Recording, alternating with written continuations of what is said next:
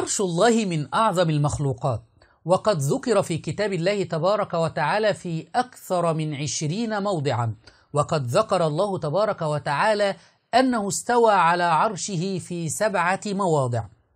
هذا الكلام لم يعجب معمم الشيعة، فخرجوا زاعمين أن العرش قد ثبت بالحسين عياذا بالله، فالذي جعل العرش ثابتا ليس الله بل الحسين. وذكرنا ثبات العرش بأبي عبد الله الحسين، وذكرنا ثبات العرش بأبي عبد الله الحسين. لا أدري من أين يأتي هؤلاء بهذه الأكاذيب. هل قال الحسين وحشاه أنا من ثبت عرش الله عياذا بالله؟ أو هل قال أحد من آل البيت أن الذي ثبت العرش هو الحسين عياذا بالله؟ عمائم مزيفة.